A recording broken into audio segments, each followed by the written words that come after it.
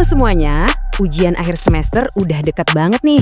Dan ya, materi vektor ini seringkali jadi momok. Tapi tenang aja, hari ini kita bakal bedah vektor seolah-olah ini tuh cuma serangkaian teka-teki yang seru buat dipecahin.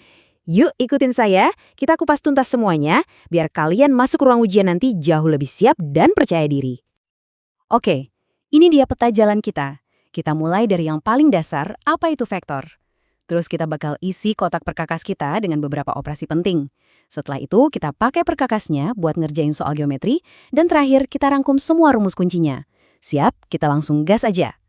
Sip, bagian pertama. Kita balik dulu ke pertanyaan paling fundamental. Sebetulnya, apaan sih vektor itu? Yuk, kita mulai dari nol. Coba bayangin deh, kalian mau jalan dari titik P ke titik Q. Tahu jaraknya doang kan nggak cukup? Ya kan? Kalian juga harus tahu arahnya kemana. Nah, disitulah vektor berperan. Vektor itu intinya adalah jawaban dari pertanyaan ini. Dia punya nilai dan juga arah. Lihat gambar ini. Simpel banget kan? Ada titik awal, yaitu P, dan titik akhir, yaitu Q. Vektor PQ itu pada dasarnya cuma instruksi matematis yang bilang, "Hey, jalan dari P ke Q ya." Terus, gimana cara ngitungnya? Gampang banget. Ingat aja resep ini. Titik akhir dikurangi titik awal. Jadi kita tinggal kurangi aja komponen-komponennya. Komponen X dengan X, Y dengan Y, Z dengan Z. Jadi, minus 3 dikurangi 1, hasilnya minus 4. 1 dikurangi minus 4, jadi positif 5. Dan 5 dikurangi 2, hasilnya 3. Udah deh, vektornya adalah minus 4, 5, 3. Oke, sekarang kita udah ngerti apa itu vektor. Yuk, kita lihat apa aja yang bisa kita lakuin sama vektor ini. Anggap aja kita lagi ngumpulin perkakas buat dimasukin ke kotak perkakas kita, yang nanti bisa dipakai buat mecahin soal-soal yang lebih rumit. Perkakas pertama dan paling penting, dot product atau perkalian titik. Ada satu aturan emas yang harus kalian ingat. Kalau ada dua vektor yang saling tegak lurus, hasil dot produknya itu selalu 0. Ini properti yang kuat banget dan sering banget keluar di ujian. Nah, ini contohnya. Di soal ini dikasih tahu kalau vektor P dan Q itu tegak lurus. Berarti kita langsung tahu dong, P kali dot Q pasti sama dengan 0. Kita tinggal kalikan aja komponen yang sama, terus jumlahin. Jadi 2 kali K ditambah 4 kali minus 1 ditambah minus 2 kali 3. Hasilnya harus 0. Dari situ kita dapat persamaan simpel dan ketemu deh K sama dengan 5. Praktis banget kan? Perkakas kita selanjutnya adalah aturan jajar genjang.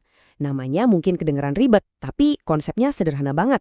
Intinya gini, kalau ada dua vektor yang jadi sisi-sisi sebuah jajar genjang, maka diagonal dari jajar genjang itu adalah hasil penjumlahan kedua vektor tadi. Coba kita pakai aturannya di soal ini. Kita mau cari vektor diagonal PR. Ya udah, tinggal kita jumlahin aja vektor PQ sama vektor PS. Komponen I ditambah I, J ditambah J, K ditambah K. Langsung deh dapat jawabannya, 3i tambah 2j tambah 3k. Sesimpel itu. Oke, ini dia puncaknya. Sekarang, kita bakal gabungin semua konsep sama perkakas yang udah kita kumpulin tadi buat naklukin tantangan geometri yang biasanya lebih kompleks. Disinilah semua pemahaman kita benar-benar diuji. Ini nih, pertanyaan yang sering banget muncul, gimana cara buktiin kalau 3 titik itu ada di satu garis lurus? Kuncinya simpel banget. 3 titik A, B, dan C itu segaris kalau vektor AC itu cuma versi diperpanjang atau diperpendek dari vektor AB. Secara matematis, kita tulis AC sama dengan K dikali AB, di mana K itu cuma angka skalar biasa. Dan tentu aja, kita bisa pakai aturan ini buat nyari nilai yang hilang, kayak X di soal ini. Karena kita tahu titiknya segaris, berarti vektor AC harus kelipatan dari vektor AB. Kita bisa bandingin komponen-komponennya. Nah, dari komponen J, kita bisa cari nilai K-nya dulu. Begitu K ketemu, kita pakai nilai K itu di komponen I buat nemuin si X. Nah, ini dia. Formula yang satu ini bisa dibilang salah satu yang paling sakti di dunia perfektoran. Ini kunci buat ngebuka rahasia sudut di antara dua vektor. Coba deh hafalin. Kosinus theta itu sama dengan hasil kali dot produk vektor A dan B dibagi sama hasil perkalian panjang atau magnitudo dari masing-masing vektor. Coba perhatiin deh, bagian atas rumusnya, A kali dot B itu kan perkakas yang tadi udah kita bahas, ya kan? Dan bagian bawahnya itu cuma ngitung panjang masing-masing vektor. Ini bukti nyata gimana semua konsep dalam vektor itu saling nyambung dan saling membangun satu sama lain. Keren kan?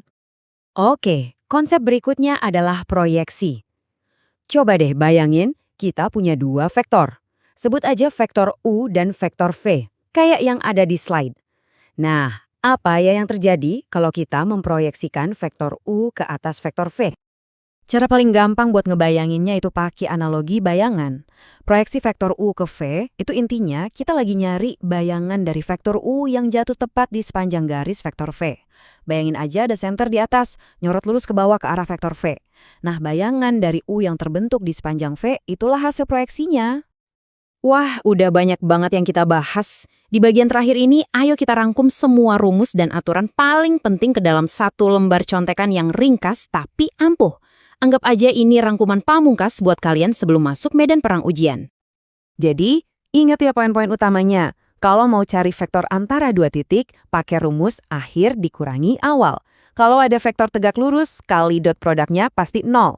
Kalau mau buktiin titik segaris, pastiin satu vektor adalah kelipatan dari vektor lainnya. Dan terakhir, kalau mau cari sudut, pakai rumus kosinus yang ada dot produknya. Inilah intisari dari semua yang kita bahas. Nah, dengan semua perkakas ini di tangan kalian, vektor itu bukan lagi rintangan yang bikin pusing, tapi jadi tantangan yang seru buat ditaklukkan. Pertanyaannya sekarang, nanti pas kalian lihat soal ujian, kira-kira perkakas mana nih yang bakal kalian keluarin duluan dari kotak perkakas kalian? Semangat dan semoga sukses ya!